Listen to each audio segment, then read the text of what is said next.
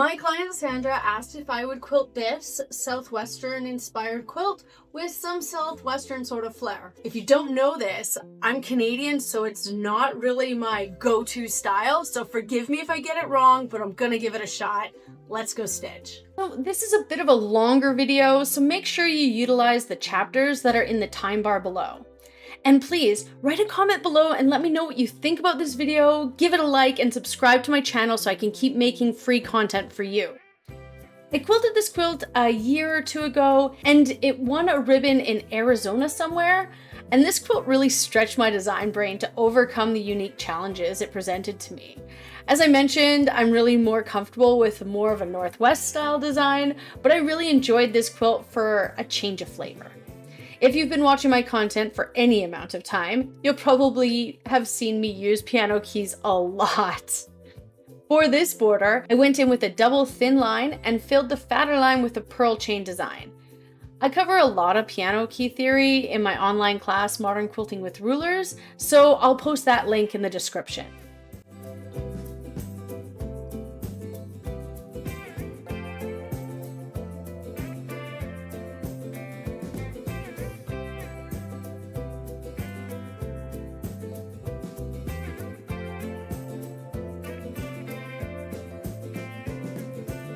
I changed my threads endlessly throughout this quilt. I'm using Glide 40 weight thread in various colors. I am floating my quilt and I will be making these color changes as I progress down the quilt.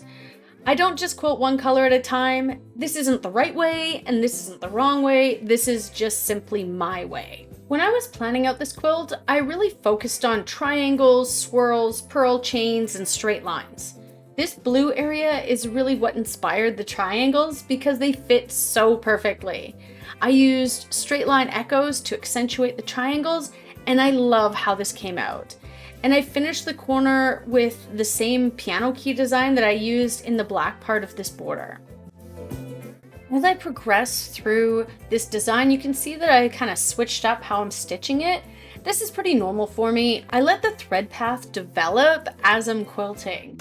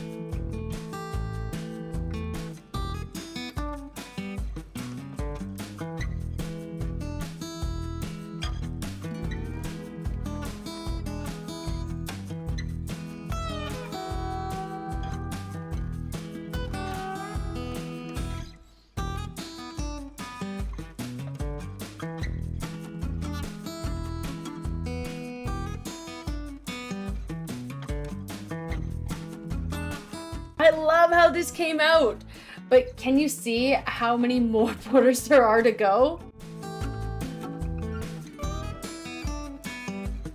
After a real quick color change, I began the orange border with this triangle dot-to-dot design in the corner. And I plan to do this throwback zigzag design that is one of the first designs I ever learned to execute on my long arm. I was planning to use my ruler to do this design at first, and then I very quickly realized that this was a mistake and I would do a better job by freehanding it. I think this design fit really well into the brief. And if you struggle with control when quilting straight lines, this is a great one for practice. Even if the lines aren't perfectly parallel or the triangles aren't exactly even, it still looks great. Sometimes this design can be a little bit tricky to get the hang of. You just have to think in your mind, you know? Diagonal down, back, diagonal up, back, down, back, up, back, down, and really get into a groove.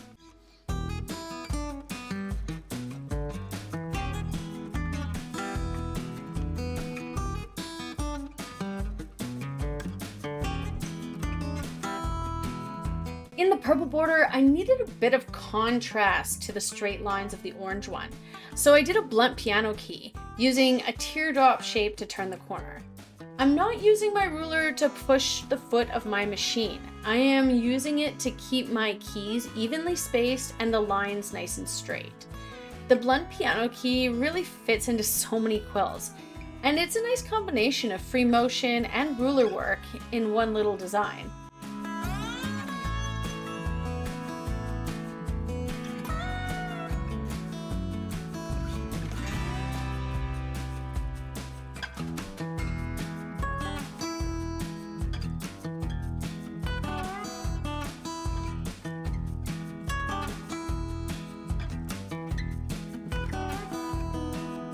After yet another color change, I move into this yellow border, and I'm gonna fill it with that modified pearl chain again, like in the piano key border at the beginning of this video. I'm gonna use all of these shapes throughout the quilt to help keep everything cohesive and connected. That's part of my whole planning process. As I approach the corner of the border, you can see that I've used a water-soluble marker to mark out some registration circles so I can adjust my sizing to fit my pearl chain in there perfectly as I approach the corner. I use this technique a lot when I'm doing these types of borders.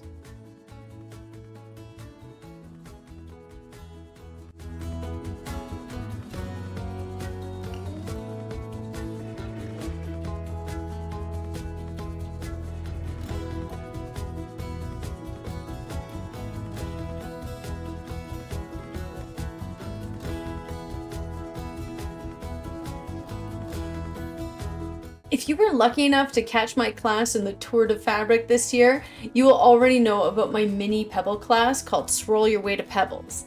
If you're interested in a class like this, please leave a comment below and I'll work on getting that organized for January. Now it was time to tackle this larger orange border, so I decided to bring back that same triangle in the corner and continued the design from the last orange border. I added a secondary design to fill in the larger space, as it was a much larger border. I hated how this came out, and I promptly ripped it out and went back to the drawing board. I just didn't think this design translated into the wider border very well, and the density wasn't cohesive with the rest of the quilt. I needed something with a little bit more drama. So I divided up the border and designed a more geometric, intense design. And this is the kind of thing that I teach in my online course, Modern Quilting with Rulers. The link is in the description. I didn't mean this video to be such a shameless plug, but this is exactly what that course is all about. I am using my rocket ruler by Silly Moon Quilt Company here, and I am specifically using the echo lines to keep the spacing even on these dot-to-dot triangles.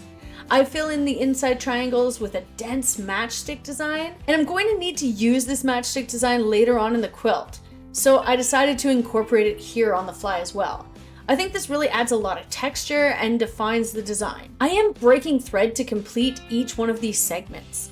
I just didn't want any extra buildup of thread because I was really putting a lot of thread into this quilt already. I know that this quilt was for a show and I didn't mind going that extra step for the result, but this wasn't entirely necessary. I don't really find breaking thread much of a hassle anymore.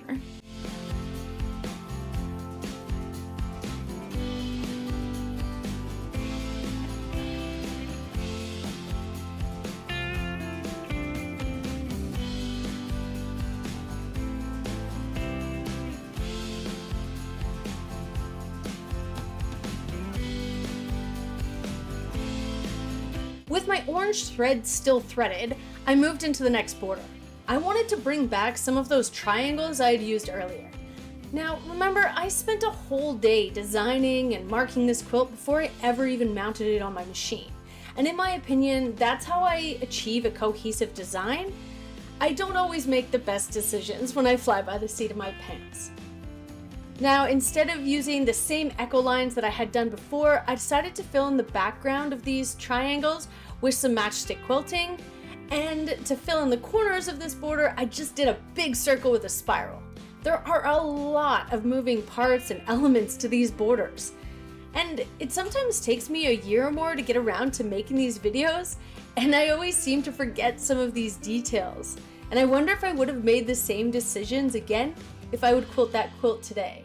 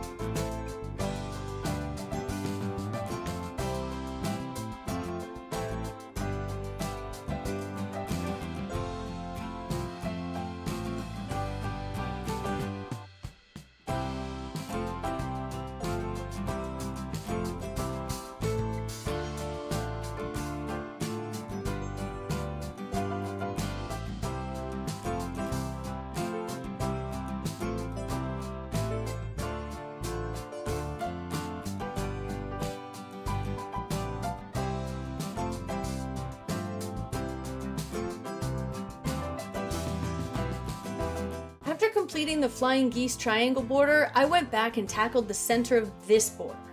Sandra added some embroidery to this quilt, and I definitely struggled on how to treat these areas. So I added some designs from earlier and ultimately decided that this embroidered block would stay unquilted.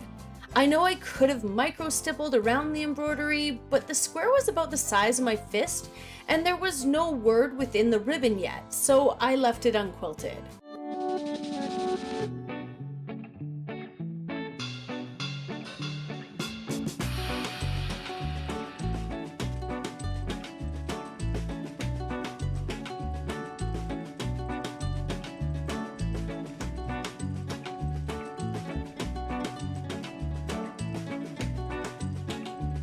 In these two blue stopper borders, I went back to the modified pearl chain.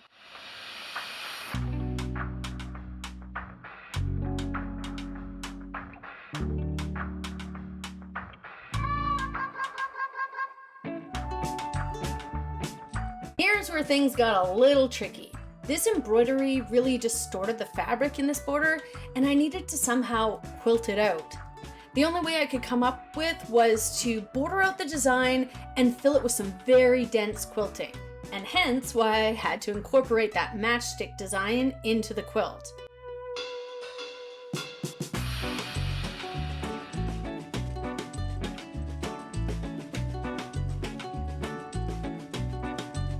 There is still quite a bit of excess fabric around these embroidery areas, so I echoed 1/4 inch echoes around until it ate up most of the excess. You may notice that I'm not using a black thread here, I'm actually using a gray thread. This was a really busy patterned fabric, and even though you can see it really well in the video, it was really tough to see where my lines were. I decided to move on to some other areas of the quilt as I mulled over my plan for the dark border. I wasn't too confident my original plan was going to fit in, but I didn't feel like stopping either. You can see that I used some straight pins to hold the fabric in place while I carried on to some of the final borders. Has anyone been counting the borders? I think there's like 13 or 14 of them. Wild. I added in another modified pearl chain, did some stitch in the ditch while I continued to contemplate.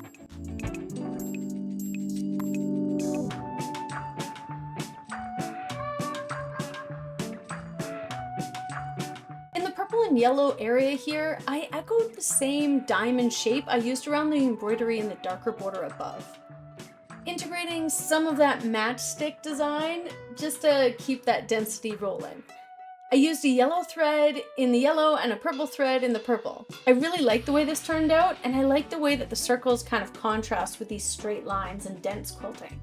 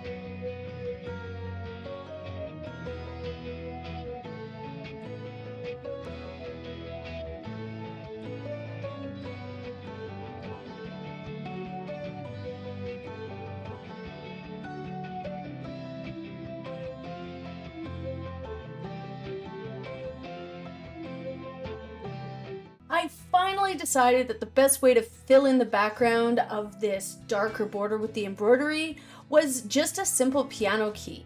That basically matched the piano key at the beginning of this video, just without that pearl chain detail. And finally, I had reached the panel at the center of this quilt. I usually treat most panels that are incorporated into quilts the same. I try to use a finer thread if available and try and just outline the main elements of the panel while adding simple texture and not impeding the visual impact of the panel. When someone puts a panel in the middle of a quilt, it's usually because they love it, and nobody wants the quilting to overthrow the look of that panel. Please leave a comment below and let me know what you think about this quilt and the designs that I quilted. Like this video and subscribe to my channel so I can keep making you free content. And check out the roll off at the end of this video. Thanks so much for watching. I'm just gonna let this one play out.